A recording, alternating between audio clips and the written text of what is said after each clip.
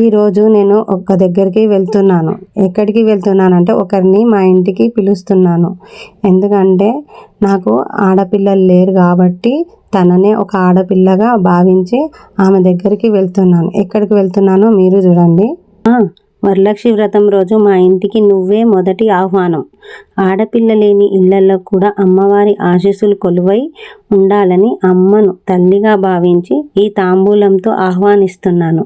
అమ్మ మా ఇంటికి వచ్చి సౌభాగ్యము, సంతోషము, ఐశ్వర్యము నింపాలి.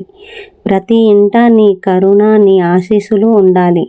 వరలక్ష్మి అమ్మవారి అనుగ్రహము అందరి కుటుంబాలపై ఉండాలని కోరుకుంటూ అమ్మవారికి సారే సమర్పించుకున్నాను. వరలక్ష్మి వ్రతం అంటే కేవలం పూజ, అలంకరణ మాత్రమే కాదు. ఇంట్లోకి లక్ష్మీదేవి అనుగ్రహాన్ని ఆహ్వానించే పవిత్రమైన రోజు.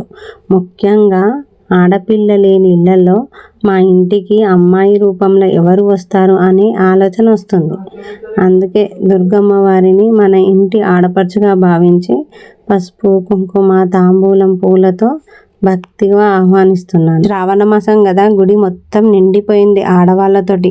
వాళ్ళందరూ అమ్మవారి స్వరూపం లాగానే తయారయ్యి అమ్మవారికి పూజ చేయడానికి చాలామంది వచ్చారు.